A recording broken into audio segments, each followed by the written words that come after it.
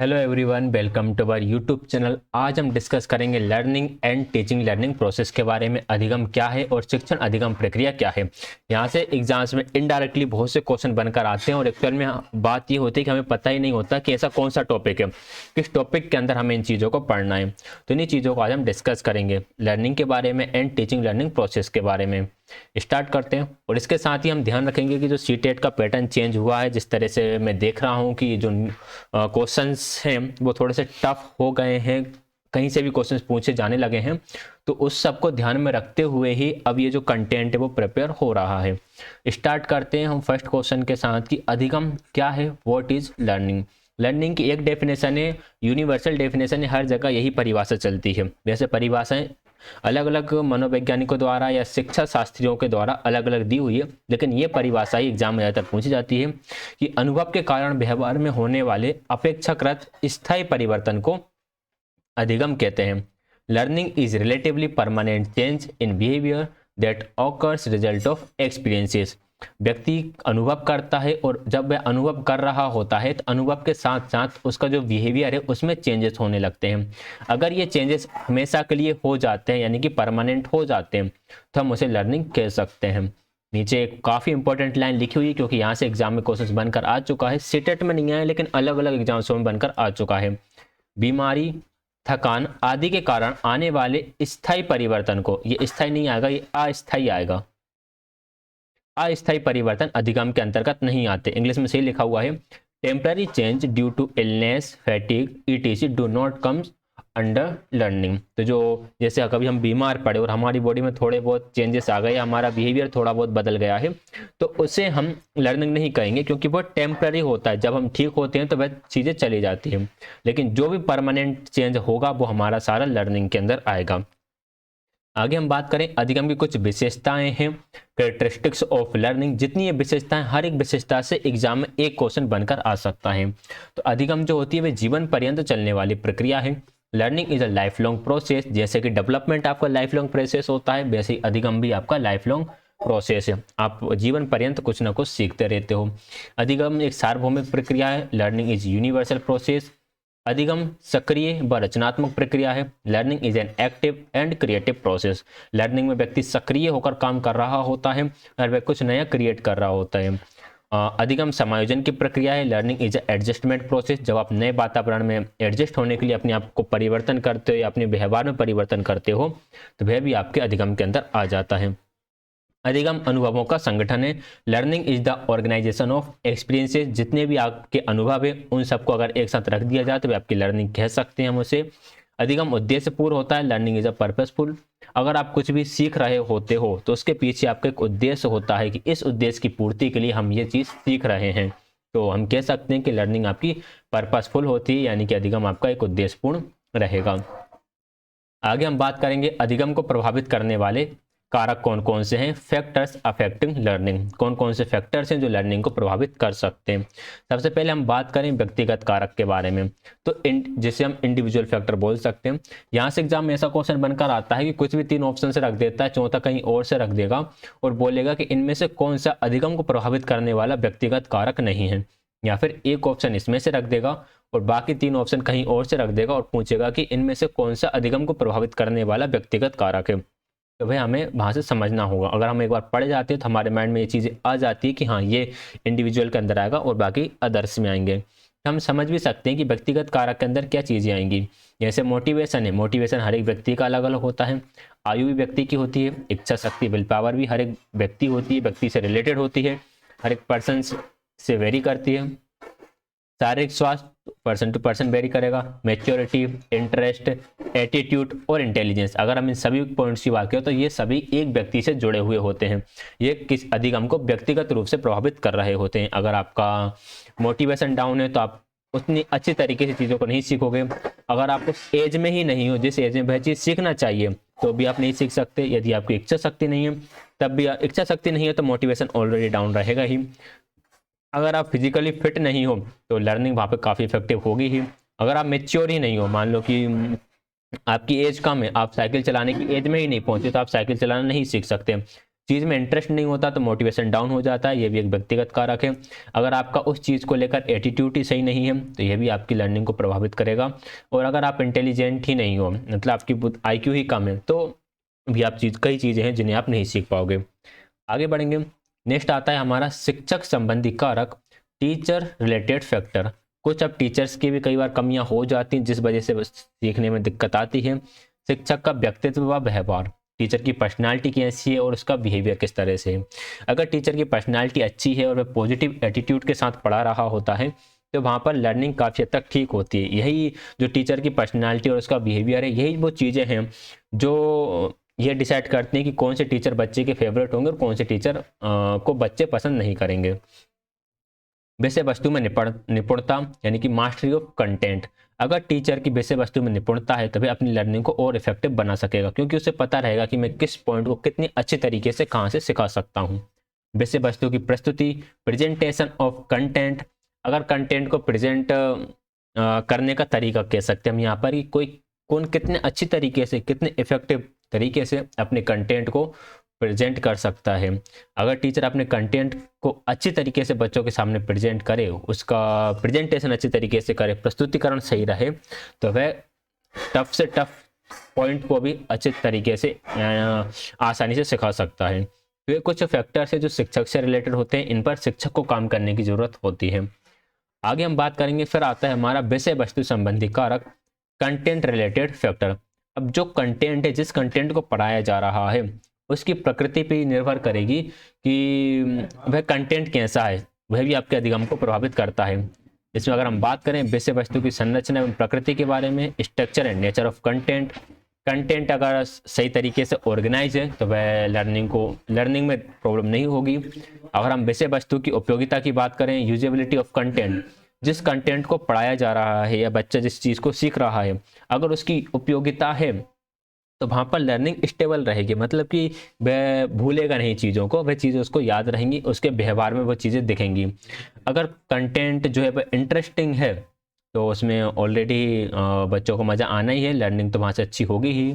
अगर कंटेंट का साइज, मतलब अगर कंटेंट बहुत ज़्यादा बड़ा है जिसको पढ़ने में या कंप्लीट करने में बहुत ज़्यादा टाइम लग रहा है, तो वहाँ पर भी लर्निंग प्रभावित होती है। अगर छोटी चीज़ हो वो जल्दी सीख ली जाती है, अगर बड़ा कंटेंट होता है उसे सीखने में समस्या आती है।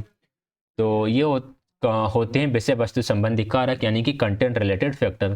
फिर आते हैं हम वातावरण संबंधी कारक यानी कि एनवायरमेंटल फैक्टर की तरफ। एनवायरमेंटल फैक्टर में आपका आता है भौतिक कारक, जिसे फिजिकल फैक्टर्स हम कह सकते हैं, मौसम, हवा, तापमान आदि। जैसे अगर हम बात करें गर्मियों के टाइम पर अगर बहुत ज़्यादा गर्मी लग रही है आपको, यानी कि मौसम ठीक नहीं है, आपके अनुकूल नहीं है, हवा नहीं चल रही है, मौसम खराब हो रहा है, तो वहाँ पर आपको लर्निंग करना थोड़ा प्रॉब्लम हो जाता है, अब सही तरीके से अधिगम नहीं कर पाते। अगर आपका परिवार, समाज और विद्यालय, अगर आपका परिवार में बहुत ज़्यादा डिस्टर्बेंस रहता है, लड़ाई झगड़े वगैरह चलते रहते हैं, तो सीखने में दिक्कत आएगी, बच्चे की लर्निंग नहीं हो पाती। अगर सोसाइटी ही ऐसी नहीं है जहाँ पर एजुकेशन को महत्व दिया जाता है तो लर्निंग वहाँ पर नहीं होगी। स्कूल में अच्छे तरीके के टीचर नहीं है, स्कूल का वातावरण सही तरीके का नहीं है, तो वहाँ पर भी आपकी लर्निंग प्रभावित होगी। आगे हम बात करें सांस्कृतिक कारक। कुछ रीति रिवाज, परंपराएं होती हैं जो आपकी लर्निंग को प्रभावित करती हैं। जैसे कुछ समाज में इस तरह की रीति रिवाजें हैं जहाँ पर गर्ल्स एजुकेशन को इतना ज़्यादा प्रमोट नहीं किया जाता है। तो ये चीज़ें हैं जो प्रभावित करेंगी लर्निंग को, ये आपके एनवायरमेंटल फैक्टर्स के अंदर आ जाएंगे। तो भौतिक कारक, सामाजिक कारक और सांस्कृतिक कारक, ये जो तीनों कारक हैं ये एनवायरमेंटल फैक्टर के अंदर आ जाते हैं। आगे हम बढ़ेंगे शिक्षण अधिगम प्रक्रिया की तरफ यानी कि teaching learning process. Teaching learning process क्या है? शिक्षण वह प्रक्रिया है जिसके द्वारा बालक के व्यवहार में वांछित परिवर्तन लाया जाता है। शिक्षण में एक व्यक्ति दूसरे को ज्ञान, कौशल व अभिरुचि सिखाने में सहायता करता है। Teaching is the process by which desired change are made in the behaviour of the child. देखिए अभी हो क्या रहा था, हमने लर्निंग की डेफिनेशन में पढ़ा था कि अनुभव के द्वारा व्यक्ति के व्यवहार में जो अपेक्षाकृत स्थायी परिवर्तन होते हैं वह आपकी लर्निंग कहलाती है। शिक्षण के माध्यम से हम बालक के व्यवहार में परिवर्तन कर रहे होते हैं, तो ये आपका टीचिंग लर्निंग कहलाता है। In teaching a person help to teach knowledge, skill and interest to others. आगे बात करें, शिक्षण को भिन्न तरीकों से समझा जा सकता है। There are two fundamentally different ways to understanding a teaching, मतलब शिक्षण को दो भिन्न तरीकों से समझा जा सकता है। यहाँ पर दो और आएगा। फिर पहला आपका शिक्षक केंद्रित, फिर दूसरा होता है शिक्षार्थी केंद्रित। शिक्षक केंद्रित में शिक्षण ज्ञान के स्थानांतरण के रूप में, और इसमें शिक्षण ज्ञान के निर्माण के सहायक के रूप में। ये काफी इंपॉर्टेंट पॉइंट है, यहाँ से डायरेक्ट क्वेश्चन बनकर आता है कि ज्ञान के निर्माण के सहायक के रूप में अगर टीचिंग हो रही है तो इसे हम कौन सी बोलेंगे, तो वह हमारा होता है शिक्षार्थी केंद्रित। और अगर ज्ञान के स्थानांतरण के रूप में हो रही है तो वह शिक्षक केंद्रित होती है। शिक्षक केंद्रित में नॉलेज को सीधा सीधा ट्रांसफर कर दिया जाता है, और शिक्षार्थी केंद्रित में नॉलेज को ट्रांसफर न करके उसको क्रिएट किया जाता है। ठीक है, यहाँ पे लिखा हुआ इंग्लिश में, टीचर सेंटर में knowledge teaching as a knowledge transmission, knowledge को सिर्फ ट्रांसमिट किया जा रहा है। एंड लर्नर सेंटर में teaching as a assist knowledge creation, teaching इस तरह से हो रही है कि बच्चा वहाँ से ज्ञान का निर्माण करना सीख रहा है। ठीक, एक और होता है आपका कंटेंट सेंटर का, उसका होता है विषय वस्तु केंद्रित होता है एक, लर्निंग सेंटर्ड करके कुछ, तो वह इतना इंपॉर्टेंट यहाँ पर है नहीं है। दो आपको मेन याद रखना है, एक टीचर सेंटर्ड याद रखना और एक लर्नर सेंटर्ड याद रखना, दोनों से एग्जाम में क्वेश्चन पूछा जाता है। आगे आता है शिक्षण के चर, वेरिएबल ऑफ टीचिंग। तो ये तीन चर है जहाँ से रीट वगैरह में काफ़ी क्वेश्चन पूछे गए हैं। सीटेट में क्वेश्चन नहीं है, लेकिन अब सीटेट में भी यहाँ से क्वेश्चन पूछे जाएंगे। एक होता है आपका स्वतंत्र चर, फिर आता है मध्यस्थ चर और आता है आश्रित चर। स्वतंत्र चर जिसके ऊपर किसी तरह का प्रेशर नहीं है वो शिक्षक है। शिक्षक पर कौन डिपेंडेंट होता है, शिक्षार्थी, और इन दोनों को जोड़ने का काम करता है आपका पाठ्यक्रम यानी करिकुलम। तो इंडिपेंडेंट वेरिएबल होता है टीचर, डिपेंडेंट वेरिएबल होता है स्टूडेंट, इन दोनों को ज्वाइन करने का काम करता है करिकुलम। तो ये होता है आपका इंटरवेनिंग वेरिएबल यानी कि मध्यस्थ चर। ये तीन वेरिएबल हैं, इन तीनों वेरिएबल्स के नाम आपको याद रखना है। आगे हम बात करेंगे शिक्षण की प्रकृति एवं विशेषताएं, nature and characteristics of teaching. अब टीचिंग की क्या कैरेक्टरिस्टिक्स हैं। शिक्षण छात्रों को समाज और पर्यावरण में समायोजित करने में मदद करने का एक उपकरण है। Teaching is tool to help student to adjust him in society and environment. शिक्षण प्रभावी तरीके से छात्र को ज्ञान देने की कला है। Teaching is an art to give knowledge to student with effective way. देखिए, ज्ञान तो बच्चा बुक से भी ले सकता है, लेकिन शिक्षण के माध्यम से क्या होगा, वह प्रभावी तरीके से ज्ञान ग्रहण करेगा जो उसके दिमाग में लंबे समय तक के लिए रुका रहेगा। शिक्षण औपचारिक और अनौपचारिक दोनों प्रकार का हो सकता है। टीचिंग जो है आपकी फॉर्मल भी हो सकती है एंड इनफॉर्मल भी हो सकती है। यानी हो सकता है कि कुछ जैसे बच्चा स्कूल जा रहा होता है, तो स्कूल जाता है तो नियम कानून होते हैं कुछ स्कूल के, उस तरीके से वहाँ पे शिक्षण होता है, पीरियड्स लगेंगे, अलग सब्जेक्ट का अलग अलग टीचर होगा, इस तरह से। और अनौपचारिक जैसे भी अपने समाज में दोस्तों के साथ रिश्तेदारों के साथ सीख रहा होता है। शिक्षण मार्गदर्शन और प्रशिक्षण प्रदान करता है। शिक्षण जो है वह गाइडेंस एंड ट्रेनिंग प्रोवाइड करता है। तो ये शिक्षण की प्रकृति और विशेषताएं हो जाती हैं।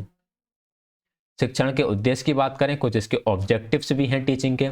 आलोचनात्मक और तार्किक चिंतन करने की क्षमता का विकास कर देता है। Development ability of critical and logical thinking, बच्चे किस तरीके से चीज़ों के प्लस माइनस देखकर उसकी आलोचना कर सकें, क्रिटिक्स कर सकें या क्रिटिकल थिंकिंग को डेवलप कर सकें। लॉजिक कैसे देख सके चीज़ों में, वह सब शिक्षण के माध्यम से ही डेवलप होंगे। ज्ञान का विकास करना, डेवलपमेंट ऑफ नॉलेज, ये भी शिक्षण के माध्यम से संबंधित है। समझ का विकास करना, बच्चे चीज़ों को समझना सीख सकें। अर्थपूर्ण अभिवृत्ति का विकास करना, यानी कि बच्चों के अंदर राइट एटीट्यूड डेवलप हो चीज़ों को लेकर। हालांकि एटीट्यूड ऐसी चीज़ है, मतलब अभिवृद्धि की अगर हम बात करें तो वह बच्चों में डेवलप होता ही रहता है, लेकिन सही डायरेक्शन में डेवलप हो, चीज़ों को लेकर उसका नज़रिया ठीक हो, यह शिक्षण के माध्यम से ही संभव हो सकेगा। तो ये शिक्षण के उद्देश्य हो जाते हैं।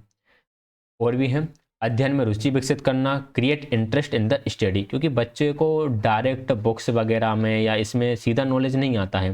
शिक्षण के माध्यम से इसको इस तरह से बताया जाता है कि बच्चे के अंदर जिज्ञासा उत्पन्न हो जाती है चीज़ों को जानने को लेकर। उसे समझ में आ जाता है कि जो भी हमारे आसपास चीज़ें हैं या जो भी क्वेश्चन है, उन सभी के आंसर हमें बुक्स के माध्यम से, स्कूल जाकर या शिक्षण के माध्यम से मिल सकते हैं। तो फिर उसमें फिर रुचि लेना शुरू कर देता है। प्रैक्टिकल स्किल्स भी डेवलप हो सकती हैं शिक्षण के माध्यम से। समायोजन की क्षमता, किस तरह से हमारे अपोजिट जो सिचुएशंस होती हैं, जिनके हमारे प्रतिकूल जो भी परिस्थितियां होती हैं, उनमें हम एडजस्ट कर सकते हैं, समायोजित हो सकते हैं, ये शिक्षण के माध्यम से ही संभव है। मूल्यों का विकास करना, बच्चों के अंदर वैल्यूज़, हालांकि वैल्यूज़ घर पर भी डेवलप होती हैं जब माता पिता बच्चे को शिक्षा दे रहे होते हैं उस टाइम पर, लेकिन स्कूल का भी इसमें एक मेन रोल होता है, बच्चे के अंदर वैल्यूज़ डेवलप हो सके, मूल्यों का विकास हो सके, वह सत्य असत्य सही गलत में निर्णय ले सके। तो ये कुछ उद्देश्य हो जाते हैं हमारे शिक्षण के। फिर आते हैं शिक्षण के चरण, यानी कि फेसेस ऑफ टीचिंग। टीचिंग की 3 फेसेस होती हैं, तीनों ही इंपॉर्टेंट हैं, तीनों से एग्जाम में क्वेश्चन बनकर आता है। सबसे पहला होता है आपका पूर्व सक्रिय चरण, जिसे हम बोलते हैं pre active phase. Pre active phase में पाठ योजना बनाना यानी कि लेसन प्लानिंग आ जाती है। फिर आता है अंतः सक्रिय चरण यानी कि इंटरएक्टिव फेज। अब पाठ योजना बनाने के बाद उस पाठ योजना को एग्जीक्यूट किया जाएगा, तो ये क्लासरूम में होती है, इसे कक्ष चरण भी बोला जाता है। अब पाठ योजना बनाई, उसको एग्जीक्यूट कर दिया, अब उसका इवेल्युएशन या उसका फीडबैक जो होगा वो थर्ड स्टेज में होगा, जिसे हम बोलेंगे उत्तर सक्रिय चरण यानी कि पोस्ट एक्टिव फेज, जिसमें मूल्यांकन किया जाता है, फीडबैक प्राप्त किया जाता है कि जो आपने पढ़ाया वो कितना इफेक्टिव रहा। यानी कि हम ये कह सकते हैं अगर हम हमारी लेसन प्लानिंग के ऊपर रिफ्लेक्ट कर रहे हैं तो वह भी आपका पोस्ट एक्टिव फेज के अंदर ही आएगा। तो तीनों फेजेस आपको याद रखना है, pre active, interactive and post active. आगे हम बात करेंगे, अब 3 लेवल भी होते हैं टीचिंग के, ठीक है, ये चीज़ें आपको याद रखना। ये क्या है, 3 फेजेस हैं, ये ऑब्जेक्टिव हैं, ये 3 वेरिएबल है, 3 वेरिएबल, फिर आपको याद रखना है 3 फेसेस, और फिर आपको याद रखना है 3 लेवल्स। ठीक, यहाँ से रीट में बहुत ज़्यादा क्वेश्चन आया हुआ है, लेकिन हालांकि अब सीटेट का लेवल भी बढ़ रहा है, तो हम कह सकते हैं सीटेट में आपको यहाँ से क्वेश्चन देखने के लिए मिलेगा। ठीक, सबसे लो लेवल जो होता है वो स्मृति स्तर होता है, जिसे हम बोलेंगे मेमोरी लेवल। फिर होता है बोध स्तर, जिसे अंडरस्टैंडिंग लेवल बोलेंगे, और सबसे ऊपर आता है चिंतन स्तर, जिसे हम रिफ्लेक्टिव लेवल बोलते हैं। स्मृति स्तर सबसे नीचे होता है, तो हम इसे बिल्कुल नकारेंगे नहीं कि यह सबसे बेकार है, यह इन दोनों का आधार है।